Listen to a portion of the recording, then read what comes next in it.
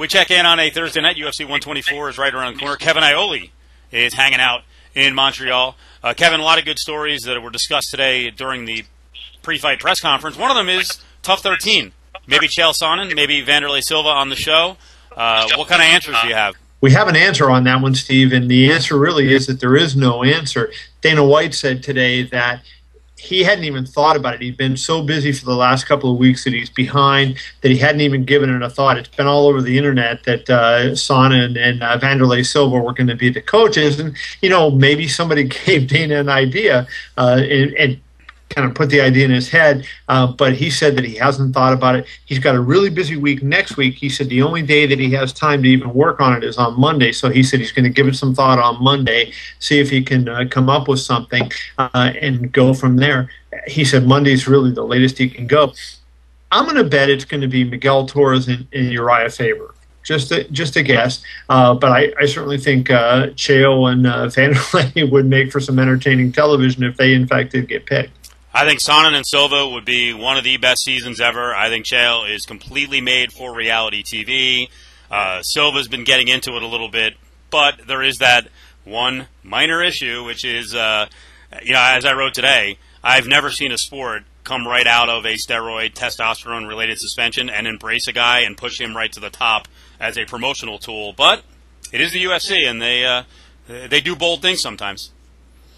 Yeah, The thing is, I still think there's a lot more questions and answers about Chael's situation following that horrendous California State Athletic Commission hearing.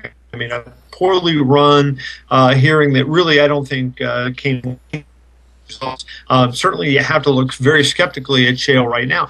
Hey, I was willing to give him the benefit of the doubt going in, knowing what his defense was going to be, but after hearing the evidence, it's like, whoa. And, for the UFC, if in fact he gets picked and gets put on after there's, pretty good evidence that he in fact did use performance-enhancing drugs, and he was not able to entirely refute that, or not even partially refute it, I don't think. I don't know the kind of message that's sending. Do you think if it gets out there in the next week or so, as and Dana pays attention a little bit, do you actually think a lot of in a weird way, if there was a lot of negative about Chael being on there, that it almost spur him on to give it a try? Yeah, because he does have that kind of hey, screw you attitude. And believe me, as I said a minute ago, the show would work. If you could get past the bad publicity initially, it would be a slam dunk season. I think Dana would do it. I don't think there's any question in my mind. He believes, rightly or wrongly, that the fighters are penalized very, very harshly, and that's why he doesn't penalize them any more than they already are. And they, when you're talking about a year suspension, if I were running the UFC, if I were the one putting on this show, I'd want to feel a lot more comfortable about Chael's defense than what I saw on that California State Athletic. Do you get a vibe of how Dana feels about the way the commission hearing went down, how the state ruled, and how Sonnen came off? Is he a little leery of it? He did not see the hearing, believe it or not. What was there, 7,000 people watching the stream live? Dana White was not one of them. Dana actually has a job where he goes to work and doesn't watch internet streams during the day. So he said today that he had not seen it, had not read about it, really did not know what was going on other than the suspension got cut. And he didn't even, believe this or not, but he didn't even know what the suspension was cut to. He knew it was cut, but he didn't know what it was cut to. So, he was really kind of in the dark on that. He reiterated his stance on the punishment that the guys get, and the severity of it in his whole, these guys are regulated by the government line.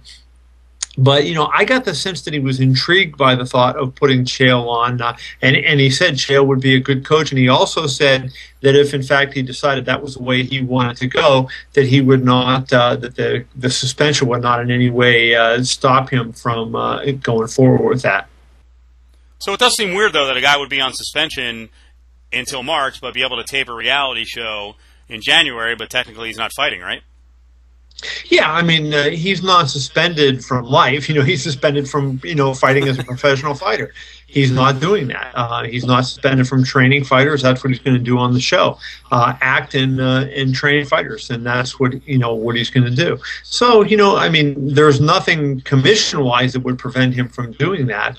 These guys are allowed to make a living. It's not like they got to go out there and pound rocks for 24 hours a day and drink bread and eat bread and drink water. I mean, they're allowed to make a living, and a lot of them are going to do it this way, teaching classes and this type of thing, something to do with their fight career. So, I think we're jumping the gun a little bit here because we don't know where, Dana's going to go with this thing. But, I don't think it's going to prevent it, or should anybody think that the commission should have any role in it. If you have an outrage over Chael getting picked, if he gets picked, your outrage should be directed at the UFC and not at the California Athletic Commission, because in this case, this will be an entirely UFC-run thing. Well, you talked about a lack of comfort with the way things went down. I think one of the things that a lot of people pointed to was the fact that Chael Sonnen said, hey, I got clearance on this in Nevada a long time ago, 2008, for a WEC fight against Brian Baker. Keith Kaiser knows all about it. Kaiser immediately fired back and said, really? Because I've never heard of this. Which also brings us to the fact that there are other guys now, it just came out today, who have used TRT, the replacement therapy, and have clearance in Nevada on the record, and that is Dan Henderson. And then Dave Meltzer reported that Todd Duffy, the former UFC fighter, has clearance. Right. Yeah, I mean, that's kind of surprising that that got out now and that wasn't more well known. I'm not quite sure what kind of cases can be out there. It's, these world-class athletes who are kind of like the best of the best, all of a sudden they all start to have something where they need, testosterone replacement. It seems like there's a very limited use for it. And, while I'm sure there are people who are afflicted with these ailments, boy, it strikes me that in a very small controlled group, you have three prominent people who are among those, and these are considered the best of the best in the world. A little surprising. Yeah.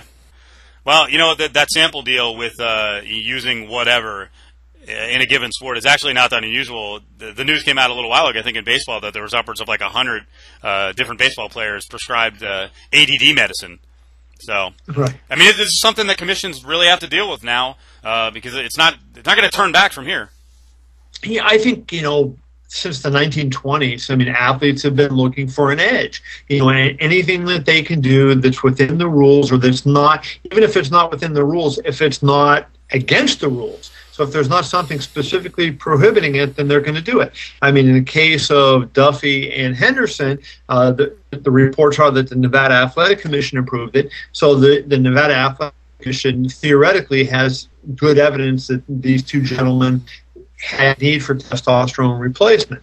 I just find it very curious that that they do, but if they do, I'm glad they're getting treated for what ails them. But everybody, and that's something that in the fight game you really need to have vigilant commissions, because the difference between winning and losing and great fight and disaster is so thin of a line that they need to be regulated, and there needs to be people on top of it so that make sure that everything is safe and everything is done correctly, so that we don't end up with any kind of tragedy.